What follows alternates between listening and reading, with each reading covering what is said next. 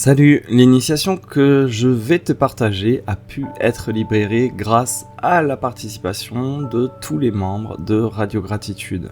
Tu le sais, c'est notre modèle économique, chacun participe un peu comme un colibri, chacun fait sa part, contribue à la hauteur de ce qu'il peut, de ce qu'il veut, quand il a la possibilité de le faire, et donc grâce à cette belle communauté, les gens que j'appelle mes miracles, on a pu ce week-end libérer la vidéo que tu t'apprêtes à regarder. Je te souhaite une très belle découverte. N'hésite pas à nous rejoindre, n'hésite pas à soutenir aussi Radio Gratitude. Tu auras un lien sous la vidéo en description pour le faire. Tu auras aussi un lien pour nous rejoindre si tu le désires dans la description de cette vidéo. Et je te souhaite une belle découverte. Salut mon miracle et merci de me retrouver dans cette initiation privée, la numéro 67, consacrée au fait de pouvoir trancher à l'aide du non, du refus. Et on va voir aujourd'hui ce qu'il y a d'initiatique, notamment dans cette difficulté qu'on a jusqu'ici à dire non. On va aller voir ce que ça touche en nous. Et ce qu'on va faire aujourd'hui, tant qu'on est encore un peu du côté de Sète, au bord de la mer, je vais t'inviter, on va aller monter, on va se mettre au pied du mont Saint-Clair. Ah, imagine que c'est un petit mont en bord de mer, et puis on va monter sous l'ombre des arbres, et puis on va prendre de la hauteur comme ça, de manière à y voir plus clair, de manière à avoir une vue dégagée, et ensuite on pourra prendre notre bain de gratitude. Donc on l'a déjà vu dans d'autres initiations, quand tu as du mal à dire non, ça repose sur un vieux contrat, de vieux principes, de choses que tu t'es enseigné, des clauses qui disent, qui conditionnent ton amour. Pour être aimé, tu dois être facile, agréable, disponible. Pour être accepté, ne pas être rejeté, tu dois être utile. Tu vois, pour être quelqu'un de bien, tu dois toujours dire oui et toujours être disponible. Et donc à chaque fois que tu acceptes, que tu cèdes, que tu ne dégaines pas ton non tranchant, chaque fois que tu craques, en fait c'est parce que tu prêtes allégeance, tu dis oui à cette identité-là, à cette part de toi que tu entretiens encore et encore, à ces clauses du contrat. Au lieu de protéger ton énergie, l'élan vital dont j'ai parlé dans la version à tout le monde, en fait ce que tu protèges, c'est ton personnage. Le personnage autour duquel tu t'es construit. Je suis fiable, je suis fort, je suis généreux, je suis celui sur lequel on peut compter, je suis celui qui ne crée pas de problème, je suis celui qui ne blesse personne. Et des fois, tu peux être tous ces personnages à la fois. Coucou, c'est moi.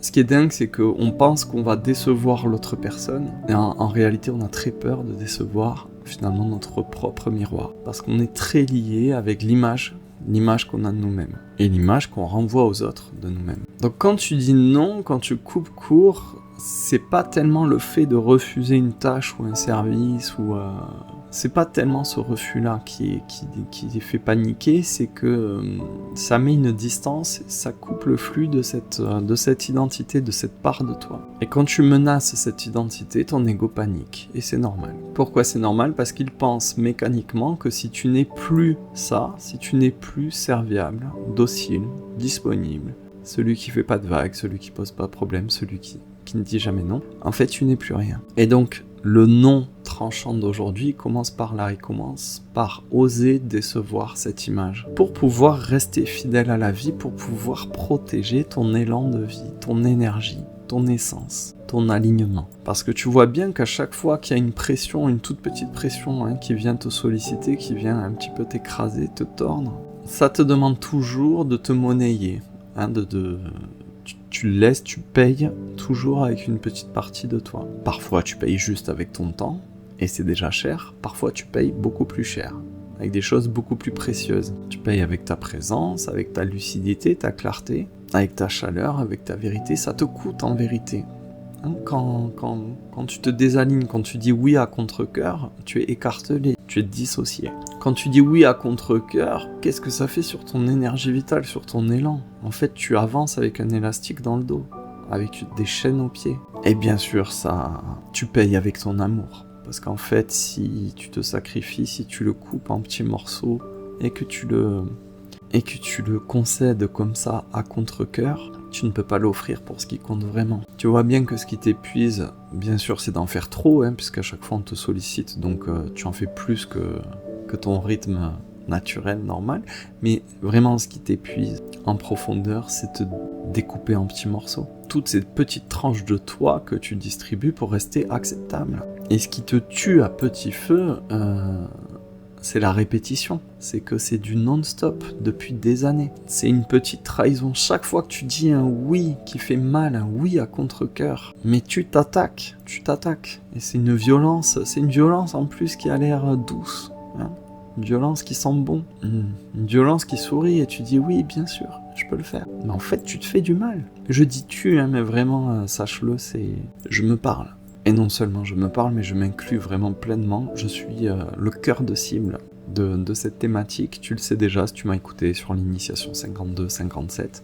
On est sur une compétence très très importante pour devenir ingouvernable. Et je suis pleinement concerné. Quand tu as ce type de profil-là, de toute manière, tu ne t'écoutes pas. Tu te forces alors que tout ton corps serre. Tout est en tension. Et en fait, la top priorité, c'est de rester acceptable. Même si tu t'oublies, même si ça te coûte, même si ça te bousille, tu le fais. Tu te fais passer après tout le monde. Tu te forces à dire oui et tu t'adaptes pour éviter une friction, pour éviter un conflit, pour éviter un petit malaise dans la relation. Tu t'excuses d'exister et du coup tu as remplacé doucement ta propre vérité, ce dont tes vrais besoins, par une espèce de diplomatie gluante, une espèce de négociation permanente. Ce qui se passe, en fait, depuis tout ce temps, en faisant ça, c'est que tu t'éteins. Tu ne protèges pas ton élan vital. Et du coup, tu te fais du mal.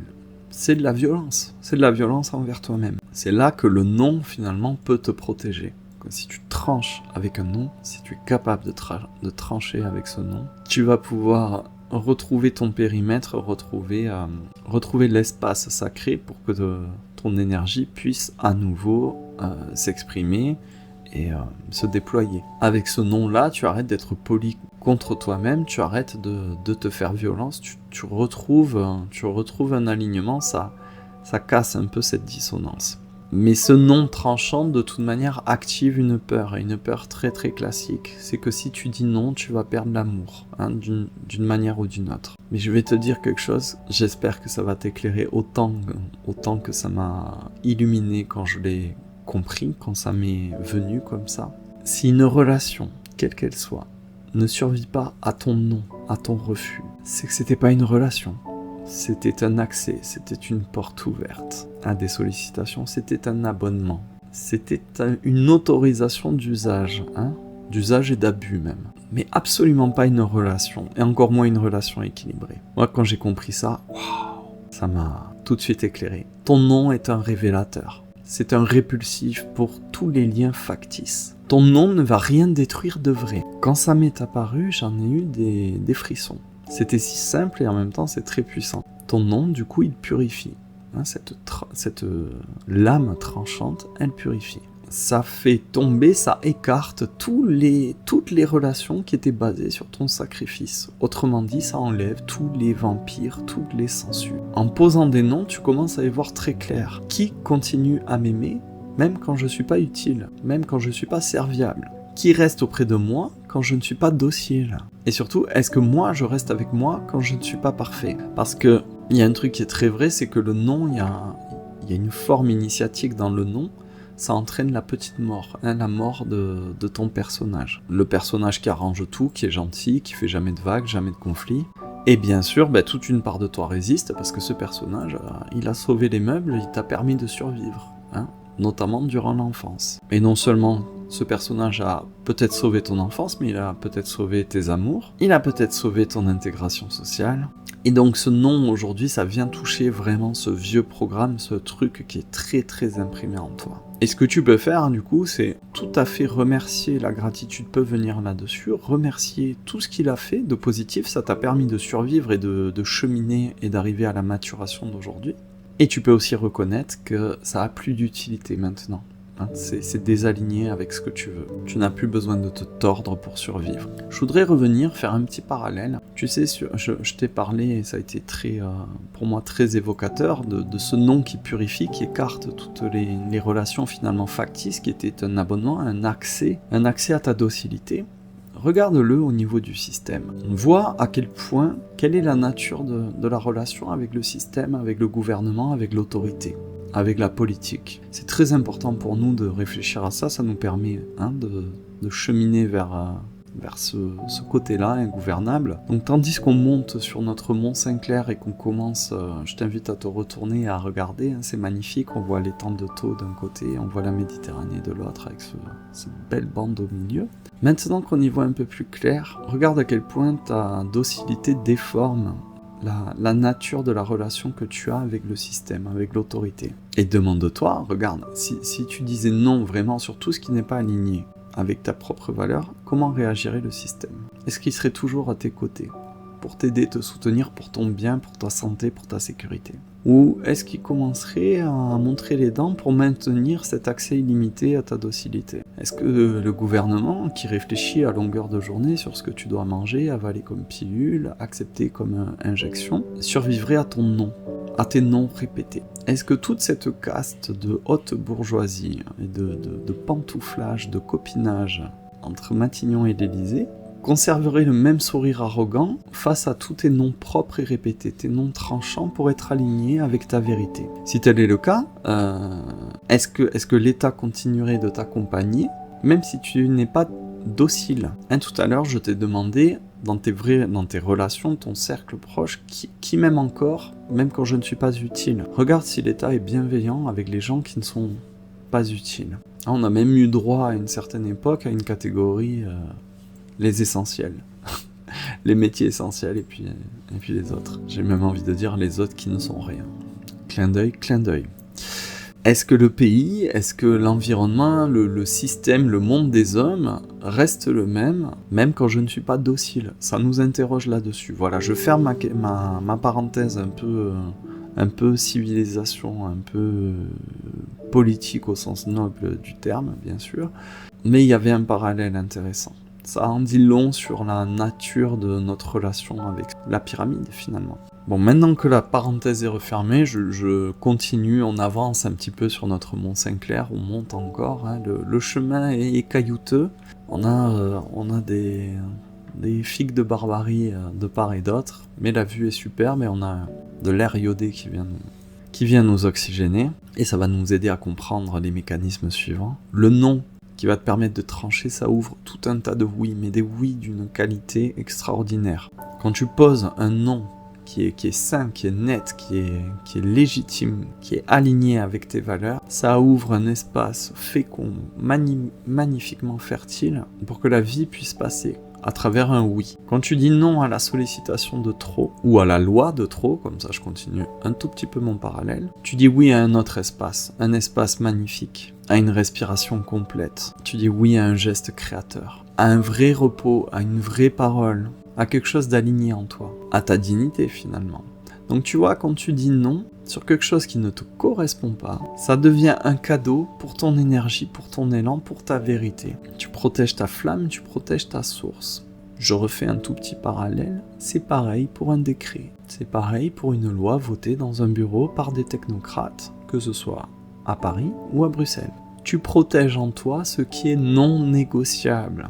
On en revient à ce que je disais dans ma pelote sur la liberté confisquée, sur tes valeurs cardinales, sur ce qui te transcende. En fait, ton non, très clair, très tranchant, ça devient un consentement. Un consentement qui dit « rien ne rentre dans ma vie sans que je dise oui ». Sans mon oui, il n'y a plus rien qui me vampirise. C'est ça l'intention d'aujourd'hui, c'est ça l'enseignement d'aujourd'hui.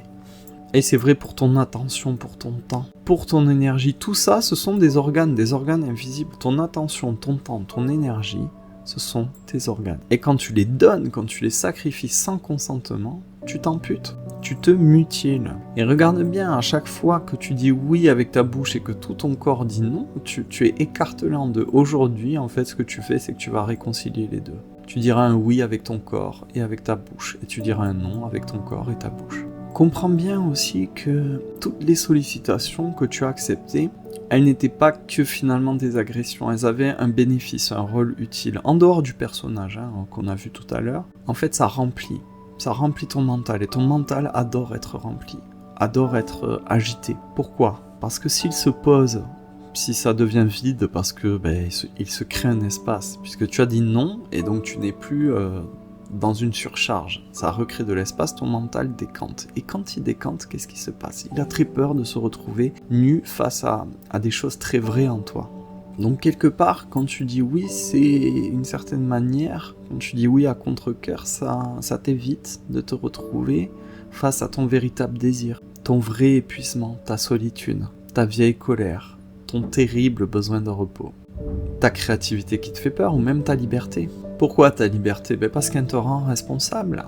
Et donc finalement dire non, c'est accepter ce vide qui permet de laisser apparaître, émerger le véritable toi, de te rencontrer toi-même. On avance encore vers les hauteurs du Mont Saint-Clair. On continue d'avancer sur ce sentier de pierre blanche. Pour prendre encore un petit peu de hauteur, on va commencer à voir le port et les canaux en contrebas. Et en haut, regarde, pendant qu'on avance, il y a les contours de la chapelle de Notre-Dame de la Salette. Et je voudrais te faire comprendre, pendant qu'on avance là, entouré de pins, de verdure, que le nom que tu vas être capable de sortir pour trancher, ça va en dire beaucoup sur ton amour. C'est même un acte d'amour. Tout à l'heure, j'ai dit que ce nom était un répulsif, un révélateur pour tes relations. Et je l'ai tourné d'une manière à te montrer que les autres usaient et abusaient d'un droit d'accès en toi. Mais quelque part, toi aussi, tu renvoyais quelque chose de truqué. Regarde à quel point tes oui à contre-cœur ont tissé des relations truquées, falsifiées. Une relation sous anesthésie. Une relation à contre-cœur. Pourquoi? Parce qu'un oui contraint, un oui qu'on t'a extorqué, un oui à contre-cœur finalement, c'est la graine petit à petit du ressentiment, de la rancœur. Et le ressentiment, il te fait compter les points, que tu le veuilles ou non. Le ressentiment, il te rend comptable. Et au bout d'un moment, il sort la facture. Avec de la froideur, du cynisme, du sarcasme, une prise de distance, voire une rupture brutale, un retrait complet, ça peut être du sabotage aussi, avec une explosion tardive, mais une déflagration monumentale. En fait, tu connais. Je vais pas te faire un dessin. Donc tu vois bien que ton non tranchant, il est bien plus honnête, bien plus sain, bien plus aimant que ton oui tordu, biscornu. Donc quelque part, quand tu dis non, tu arrêtes d'utiliser l'autre comme excuse pour te trahir. Quelque part, ça nettoie l'amour, ça rend cette relation plus propre, plus vraie.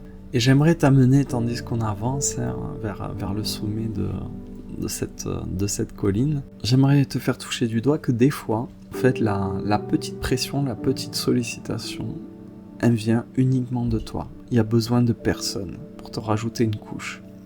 Je te parle vraiment d'une pression, d'une sollicitation interne, une espèce d'urgence permanente qui consiste à dire je dois répondre vite, je dois être irréprochable. Hein, tu es une sorte de prouveur, tu es tout le temps en train de prouver. C'est plus fort que toi, tu dois optimiser, tu dois être performant, tu dois rentabiliser, tu dois courir, poursuivre. Et tu as un niveau encore au-dessus qui est un petit peu plus toxique, c'est que tu dois absolument être gentil, tu dois être calme, tu dois être lumineux, tu dois être fort pour tout le monde. Ce que je suis en train de te dire, c'est que tu peux être tyrannisé, malmené, sans avoir de menace ou de tyran à l'extérieur. Dans ce cas très précis, le non tranchant, il est dirigé vers toi. Il est dirigé vers cette espèce d'ordre interne, qui te pousse à être urgent, à te départager, à te dissocier. Et ce non, du coup, pour toi, en toi, c'est je me parle avec respect. Non, j'arrête de galoper, je me respecte. Non, j'arrête de me comporter comme ça, je me laisse respirer, je me fous la paix. Allez, on va se pencher du coup sur la pratique un petit peu plus en détail, d'une manière un petit peu chirurgicale. Essaie de repérer la petite sollicitation, la petite pression, toute petite, celle qui t'apparaît comme être la plus raisonnable. Hein, on vient de te solliciter, on t'a fait une demande, ça a l'air plutôt raisonnable, mais sans ce que ça fait en toi, sans ce que ça te coûte. Pas seulement en temps, en disponibilité, en vérité, en désalignement, en chaleur, en élan. Et quand tu la tiens, quand tu as ça, quand tu as ce ressenti, tu vas formuler ton nom tranchant, très court. Aucune justification, aucun blabla superflu. Et observe l'inconfort. Parce que ça va pas être facile de dire ton premier nom tranchant, ça va déclencher une petite vague d'inconfort en toi. Observe ce qui se passe et reste avec. Reste avec ces 20 secondes d'inconfort et laisse-toi traverser par ça. N'explique pas, ne compense pas, ne reviens pas en arrière pour donner et surdonner histoire de réparer parce que tu t'es rétracté, juste respire. Respire avec cette intention, cette compréhension-là.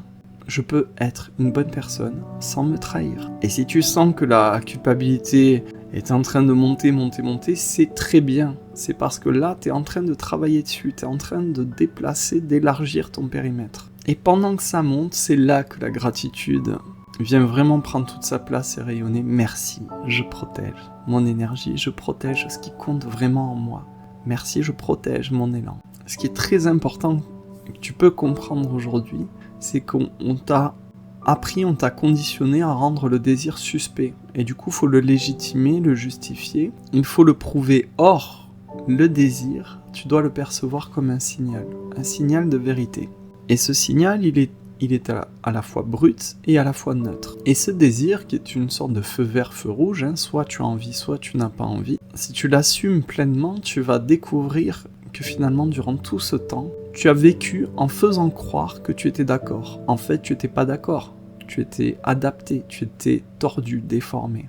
À partir de là, tu as l'espace nécessaire pour que ta vérité remonte, pour qu'elle émerge et qu'elle s'exprime.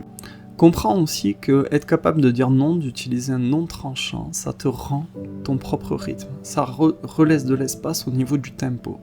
Le monde, et je vais même plus loin, le système, la matrice, en particulier le monde digital, attend de toi une réaction immédiate, instantanée et en permanence. Le monde actuel veut ton immédiateté sur tout, que ce soit pour répondre, pour réagir, pour décider, pour donner. Et bien sûr, alors là c'est très intéressant au niveau ingouvernable, moins il y a de temps entre le stimulus, c'est-à-dire une crise ou une demande, ou peu importe, entre le stimulus et ta réponse, moins il y a d'espace. Plus tu es gouvernable, plus tu es manipulé. Quand on est dans la précipitation, dans l'urgence, il n'y a pas ce tout petit espace qui permet d'avoir le recul et de poser un autre tempo, de poser une vérité.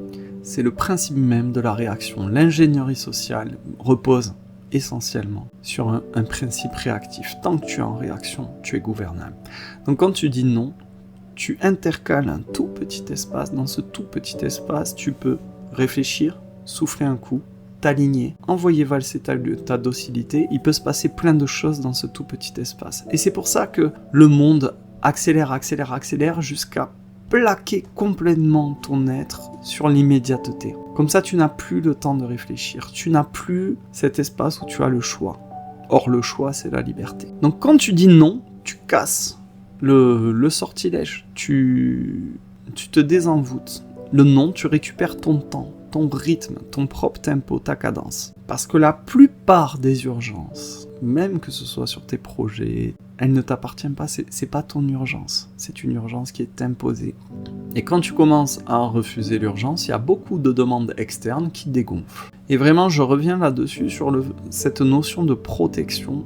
Quand tu dis non, et vraiment cette intention-là, cette compréhension-là, cet axe-là, quand tu dis non, tu es en train de protéger ce qu'il y a de plus précieux en toi. Je protège finalement mon territoire sacré. C'est simple, regarde, si tu protèges ton énergie, ton temps, ta dispersion, si tu arrives à le bichonner, il t'en reste suffisamment, tu as suffisamment de capital pour préserver ta capacité d'émerveillement, pour préserver ta créativité, tes belles idées, ton inspiration, pour préserver ton repos profond. Tu as besoin de repos. Ça fait tellement d'années que tu offres des oui à tout va. Tu préserves ta capacité d'écoute, ton amour. En fait, tu redeviens un peu comme on l'a vu en janvier, tu redeviens plus conscient, plus présent, et donc tu redeviens un peu le gardien de ton espace, de ton corps, de ton élan. Et un gardien, il filtre ce qui doit rentrer, il filtre ce qui doit sortir. Je t'invite d'ailleurs à aller regarder, je n'ai plus le numéro du défi de l'initiation, celle qui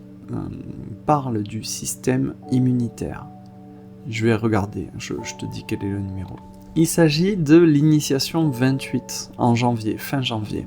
C'est très intéressant, ce filtre, ce choix en fait, cette décision de laisser entrer et sortir pour préserver le noyau, pour préserver ton être.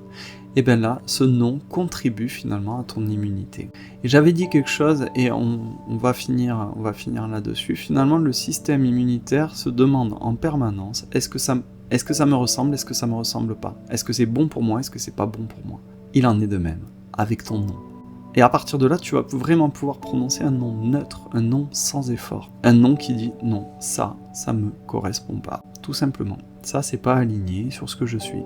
C'est vraiment capital, vraiment je te demande de réfléchir en grand. C'est capital à ton échelle individuelle, c'est capital pour tes relations, mais c'est aussi capital pour le monde de demain. Imagine qu'on soit des centaines, des milliers de miracles, des dizaines de milliers de miracles, à dire non.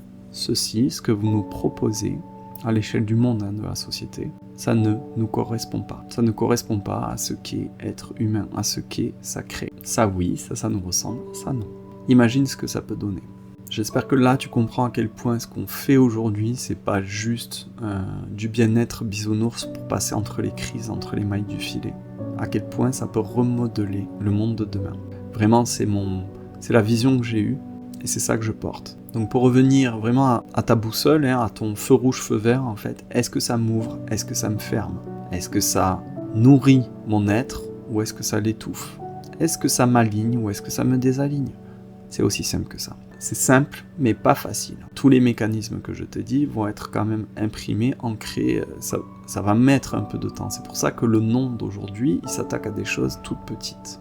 Mais il faut être capable de le poser. Pose tes premiers noms tranchants. Et tu verras, si tu es à l'écoute de ton corps, tu sais très bien, ton corps il t'envoie le signal. C'est oui, c'est non. C'est comme une intuition, un savoir. Ton corps il va s'ouvrir, il va y avoir une étincelle de joie, c'est oui. Il va se tendre, un petit nœud dans le ventre, c'est non. Et ce que tu peux faire, quand ça se passe, au moment de dire non, tu inspires. Je vois mon ancien réflexe, tu sais cet automatisme qui consisterait à te plier en quatre pour dire oui et donc te désaligner. Tu inspires, je vois ce réflexe, et tu expires. Je protège mon élan, je protège ma flamme, je protège mon alignement. Choisis ce que tu veux. Demande-toi et n'hésite pas à nous le dire sur le groupe, à partager ta réflexion. Qu'est-ce qui se passerait dans ta vie si tu arrêtais de t'effacer, de t'adapter, de te tordre pour financer ton amour, pour être aimé, si tu arrêtais de te désaligner? Qu'est-ce qui se passerait? Imagine et partage-le sur le groupe si tu veux bien. Maintenant, on est arrivé tout en haut du Mont Saint-Clair, donc on a la fameuse chapelle Notre-Dame de la Salette, et on va se diriger. Il y a une très belle croix immense tout en haut du Mont Saint-Clair, une croix blanche. Et bien sûr, on n'a pas notre lac comme lors de notre balade en montagne. Par contre, ce que j'ai fait, je suis un petit malin et puis j'ai tous les droits, c'est mon initiation privée. J'ai fait poser là un petit bassin et on a la vue magnifique, presque à 360 degrés sur la Méditerranée, la lagune de l'étang de Thau. De l'autre côté, on a le port de Sète et les canaux. Et on va prendre notre bain dans ce petit bassin, posé là, pas très loin de cette croix blanche. Et avant d'aller t'immerger, je voudrais que tu baisses tes épaules en inspirant, que tu relèves un tout petit peu tes cervicales, que tu apposes ta langue au fond de ta bouche et que tu expires la bouche ouverte, comme pour faire de la buée contre un miroir. C'est toujours la même expiration. Inspire et expire 3-4 fois pour te détendre, avec une main sur le sternum, et songe à quel point tu as passé des journées entières, des semaines, des mois, des années, des décennies à rendre ta vie acceptable aux yeux de tous. Tu t'es désaligné tout ce temps et pourtant tu n'as pas disparu. Tu as continué à maturer, à cheminer, tu as fait des détours, mais ça t'a amené jusqu'à aujourd'hui, jusqu'à cette compréhension aujourd'hui. Et ça va nous permettre de remercier, de nous offrir ce bain chaud qui va t'envelopper bien sûr le corps, mais surtout le cœur. Et dans ce bain chaud, pendant que tu t'immerges et qu'il y a le chant de quelques mouettes autour de nous, sans que ton âme se souvienne que tu es né pour vivre. Tu n'es pas né pour te trahir, tu n'es pas né pour te couper en deux, tu n'es pas né pour te tordre dans tous les sens. On va aller remercier cette voix en toi, ce savoir, cette impulsion, qui te dit oui ou qui te dit non. Depuis tout ce temps, cette chose de ton corps, c'est ce savoir que tu n'as pas toujours écouté, mais qui a toujours été là. Cette première étincelle de vérité. Merci pour cette intelligence du vivant. Ça rejoint l'intelligence à laquelle on a rendu grâce durant tout le mois de janvier et aussi durant le mois de février. Merci pour cette vérité qui était là depuis tout ce temps et qui est toute simple. Elle dit à chaque fois, je reste avec toi. Merci pour ça. Merci aussi pour toutes les fois où tu t'es oublié, où tu t'es effacé, parce que tous ces oui, même donnés à contre-cœur, en disait beaucoup sur ton besoin d'amour, sur ton besoin d'être en relation, sur ton besoin d'être en paix aussi. Et en fait, cette version de toi, elle avait vu juste sur tes propres besoins, c'est juste qu'elle a cru que le meilleur moyen, c'était de s'adapter, de survivre. Et elle pensait bien faire. Et aujourd'hui, grâce à l'initiation du jour, tu vois qu'on peut faire autrement. Donc tu peux la remercier, cette version, parce qu'elle a tenu la baraque, faute de mieux. Et maintenant, tu vas essayer autrement. Tu vas essayer de poser des noms tranchants. Merci pour ça. Merci aussi pour ce courage que tu as. C'est un courage qui t'a amené jusqu'ici, c'est un courage qui t'a poussé à comprendre, à écouter tout le défi du jour, toute l'initiation.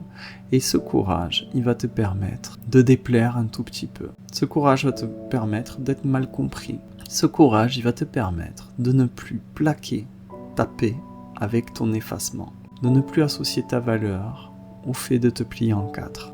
On va aller remercier un peu par avance tous ces noms que tu vas poser par clarté, tous ces noms qui vont dégager de l'espace, tous ces noms qui vont purifier, tous ces noms qui vont permettre à l'autre de vivre sa propre réaction. Merci parce que tu comprends là pleinement que tu n'es pas responsable de la manière dont l'autre va percevoir ton refus. Merci parce que j'aimerais à ce moment-là vraiment que tu comprennes que ce qui est valable pour quelqu'un est valable pour une société. Tu n'es pas responsable de comment, là où on va percevoir ta souveraineté, comment on va percevoir ton refus. Quand tu es capable de dire ce nom-là, tu laisses le monde être le monde et toi, tu fais ton job, ta mission principale. Ce pourquoi tu es né, c'est vivre aligné. Le plus aligné possible, le plus toi-même possible. Après tout, dans la vie, qu'est-ce qu'il y a de plus important ? Qu'est-ce qui donnerait plus de sens que d'être au plus près de toi-même, au plus près de ta sincérité, au plus près de ton véritable amour, de ce que tu es réellement ? J'ai beau chercher jusqu'à présent, j'ai pas trouvé. J'ai pas trouvé autre chose que le fait d'être aligné, que le fait d'être vraiment enveloppé de ta véritable essence. Je dis pas que je l'ai trouvé complètement. Et je dis qu'en ce moment, je m'en approche pas mal. Quoi qu'il en soit, quand tu dis non, tu peux vraiment rendre grâce à l'espace qui revient. Cet espace qui te permet de retrouver parfois du silence qui fait du bien et aussi du temps qui s'élargit. Tu retrouves du temps pour toi et qu'est-ce que ça fait du bien. Avec le nom que tu vas poser, ça va créer un vide fertile. Dans ce vide, tu vas y déposer des choses pour toi, des choses alignées avec toi. Et la vie aussi va pouvoir y déposer des choses. Un peu de tendresse, un apaisement, une idée nouvelle. Merci parce qu'aujourd'hui, tu arrêtes de te perdre. Non seulement tu arrêtes de te perdre, mais tu es en train de retrouver des relations vraies. Bien sûr, ça va éliminer tout ce qui est factice, tout ce qui est abusé de ta gentillesse déformée. Mais tu vas vraiment pouvoir remercier, on peut le faire d'ores et déjà, remercier toutes ces personnes qui vont accueillir pleinement ton nom, qui vont l'accepter. Merci pour toutes les personnes qui vont respecter ta cadence, ton nouveau tempo. Merci pour toutes celles qui vont préférer ta vérité à ton personnage.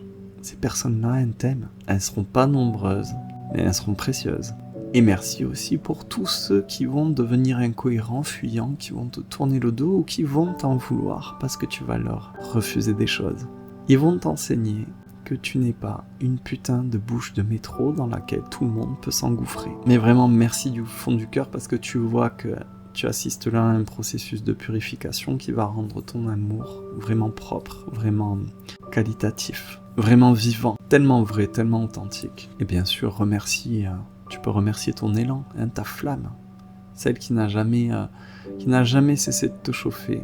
Parfois, ça a été une braise, peut-être, tu vois, comme une braise sous la neige qui était en train de tenir, mais avec le service, le strict minimum. Et ce feu fragile, il demandait juste quelques conditions.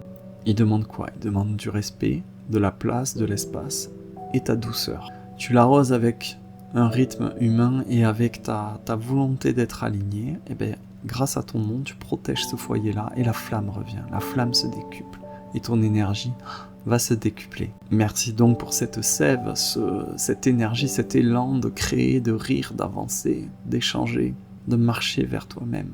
Merci pour ça. Et maintenant, tu vas répéter quelques phrases comme si tu prenais de l'eau et que tu te le versais sur le visage, cette eau chaude qui nous fait du bien.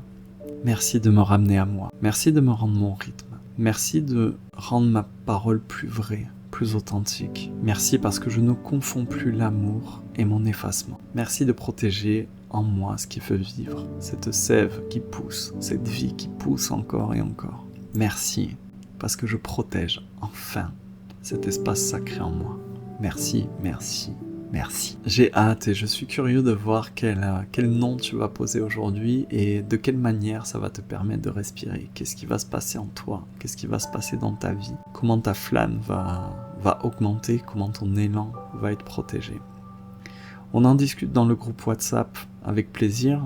Je te rappelle bien sûr que ce groupe est fait pour ça, pour échanger. N'hésite pas, je le rappelle à chaque fois, n'hésite pas si tu peux ponctuellement, même si c'est l'équivalent d'un café ou d'un thé, n'hésite pas à soutenir Radio Gratitude, c'est comme ça que le projet peut avancer. N'hésite pas non plus à contribuer avec le pass mensuel. Je sais que les temps sont durs, mais je te rappelle que tout ce qu'on fait là, finalement, ce n'est pas pour faire du chiffre d'affaires, ce n'est pas du bien-être, on est en train de construire un chemin pour les générations futures. Pour ce faire, moi j'ai besoin d'avancer sereinement et on a besoin que tout le monde fasse l'effort. Aujourd'hui, à l'heure où je te parle, ce sont toujours les mêmes miracles qui fournissent l'effort. J'aimerais que ça s'élargisse un petit peu plus, ce qui rendrait l'effort plus supportable pour les premiers qui participent encore et toujours. Plus on sera nombreux à contribuer, plus les contributions individuelles pourront être légères et souples. C'est ça que je tenais à te dire. Mais n'y vois aucune culpabilité, je constate, je dis, je te rappelle. C'est mon modèle économique, donc je te rappelle comment ça fonctionne.